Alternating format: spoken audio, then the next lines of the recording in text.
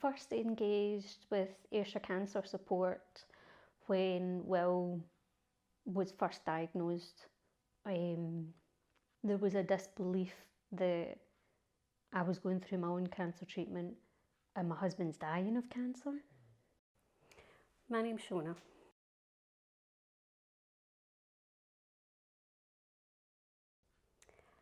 I was first diagnosed back in May 22 with stage 2B cervical cancer.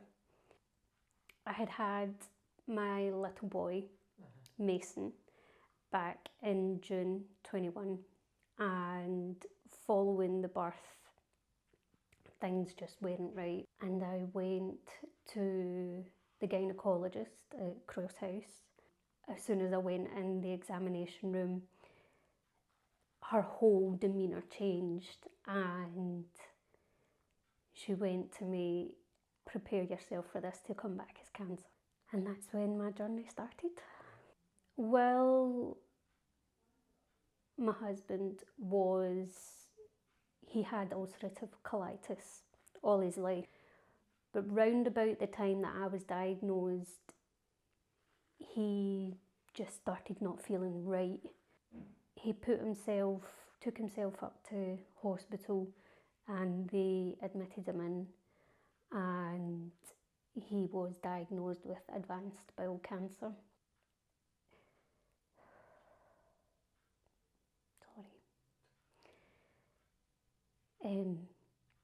Yeah, it was advanced bowel cancer.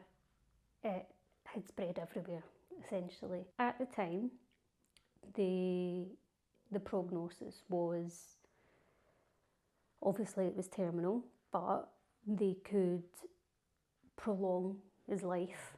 They were like, without treatment, it could be months, it could be many months. With treatment, it could be years. Will was in hospital for a week. He got out a week later. I picked him up from Cross House and took him home. And that night, he was just exhausted. The following day, we were supposed to be up at the hospital to meet the oncology team and go over what options there were. But I couldn't get him out of the house.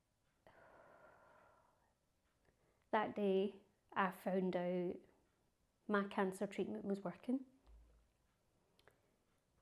So it was a bit bittersweet to know that my cancer's going away, but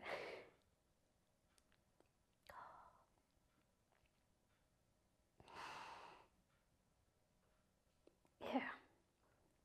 And that night, things just deteriorated really badly. And I heard this noise of, I didn't know what it was. When I got Mason back to bed and I came through, Will was lying on the floor and I couldn't move him. We got up to the hospital because how much Will had deteriorated. He wouldn't make any anaesthesia. And I remember asking the doctor, "How long do you think that we've got?"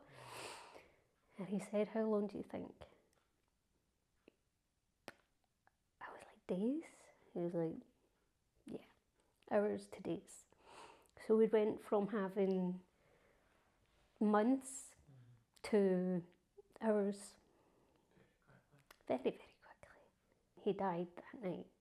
I managed to stay at the hospice that night, and yeah, at least it was peaceful for him. And I think knowing what my treatment has done to me, there's a bit of peace there for me to know that he didn't suffer.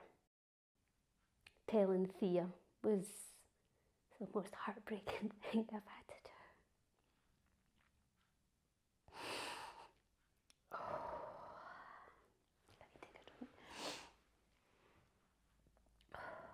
I first engaged with Ayrshire Cancer Support when Will was first diagnosed.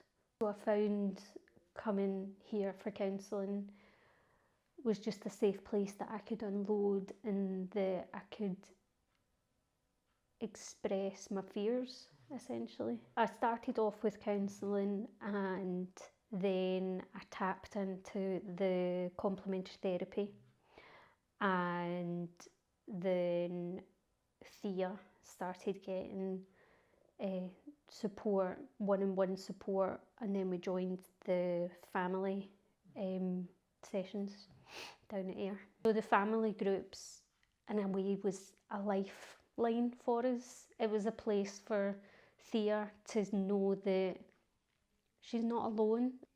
It's been such a welcoming area. We don't sit and talk about cancer as such. We talk about life in general.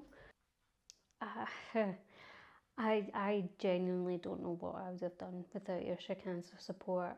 I'll never forget Sarah saying to me, "We've got you." And that was just a little glimmer of hope that I had, that although these were the darkest days that we had,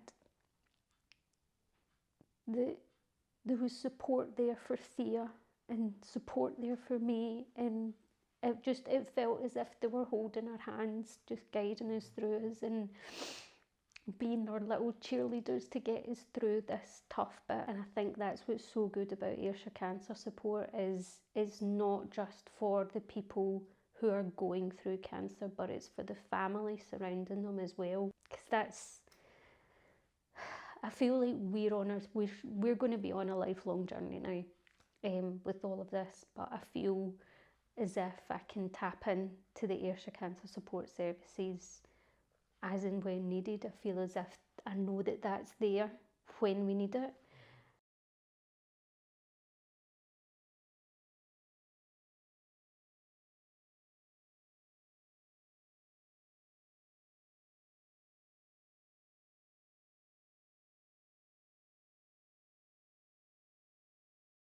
Please, just if you are able to, donate. Even if it's not for yourself, you will be helping somebody, and the services that are here are life-saving.